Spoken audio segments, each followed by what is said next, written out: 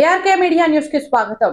మంచిర్యాల జిల్లా జిన్నారం మండలంలోని రోటిగూడ గ్రామంలో ఈజీఎస్ ఉపాధి హామీ పనులు జరుగుతున్న ప్రాంతానికి వెళ్లి ఆదిలాబాద్ ఎంపీ అభ్యర్థి ఆత్రం సుగుణ గారి చేతి గుర్తుకు ఓటు వేసి గెలిపించమని అక్కడి వాళ్ళకి 250 మంది కూల్ డ్రింక్స్ ఇవ్వడం జరిగింది. ఈ కార్యక్రమంలో కాంగ్రెస్ నాయకులు పాల్గొన్నారు.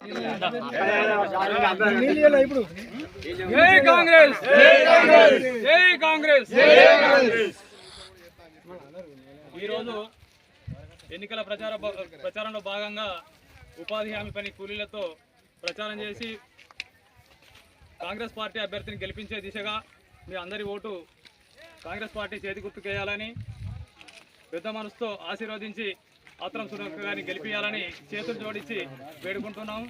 ఎందుకంటే ఒక మహిళా సోదరి మన గత చరిత్రలో ఆదిలాబాద్ పార్లమెంటుకు ఇప్పటి వరకు ఒక మహిళను ఇప్పటి వరకు ఏ పార్టీ కూడా నిలబెట్టలేదు. ఈరోజు కాంగ్రెస్ పార్టీ ఒక దళిత బిడ్డ, ఒక గిరిజన కుటుంబం నుంచి వచ్చింది. చాలా చిన్న కుటుంబం.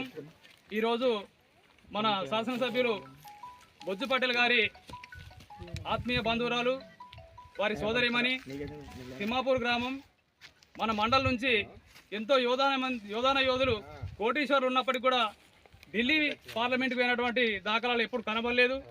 ఈరోజు కాంగ్రెస్ పార్టీ ఒక మారుమూల గ్రామమైన తిమ్మాపూర్ గ్రామాన్ని ఎంచుకొని ఒక గిరిజన ఆడబిడ్డను ఈరోజు పార్లమెంట్కి పంపడానికి రాహుల్ గాంధీ నాయకత్వంలో ఎంపీగా గెలిచి ఇక్కడ ఎంపీగా గెలిచినట్టయితేనే కేంద్రంలో రాహుల్ గాంధీ ప్రధానమంత్రి అవుతాడన్న ఉద్దేశంతో ఈరోజు ఒక గిరిజన మహిళకి ఇక్కడ సీట్ ఇచ్చి మన ఆదిలాబాద్ నుంచి మొట్టమొదటిసారిగా ఈ మహిళను ఢిల్లీ పంపడానికి కాంగ్రెస్ పార్టీ సన్నద్ధమై ఈరోజు మన ముందుకు పంపడం జరిగింది.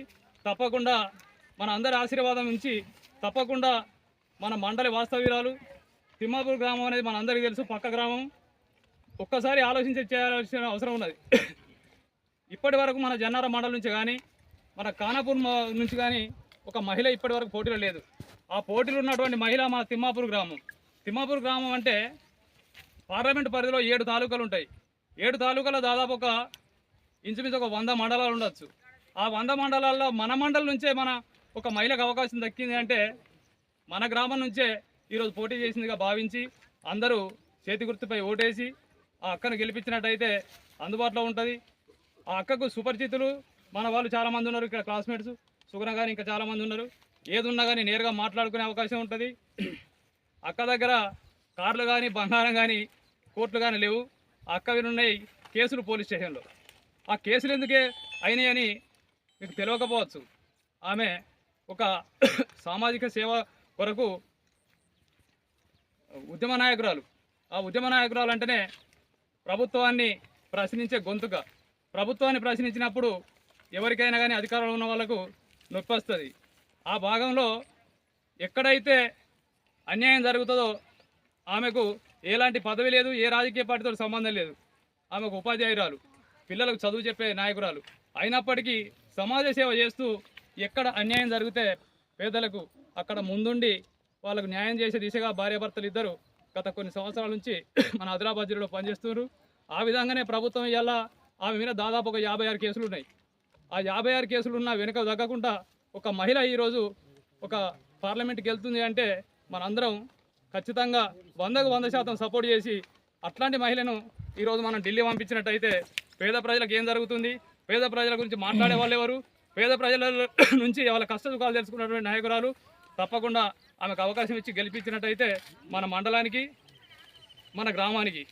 ఎందుకంటే ఈరోజు ఒక పార్లమెంట్ అభ్యర్థి మన మనిషి గెలిచినట్టయితే వారికి వచ్చే నిధులు ఈరోజు ఉన్నటువంటి శాసనసభ్యులు గారి నిధులు, ఆ నిధులతోటి ఈరోజు గ్రామాన్ని అభివృద్ధి చేసుకునే దిశగా మనం ముందుకెళ్ళచ్చు. అందరూ సహకరించి అక్క ఆత్రం సుగుణ గారిని గెలిపించాలని మనస్ఫూర్తిగా కోరుకుంటున్నాం.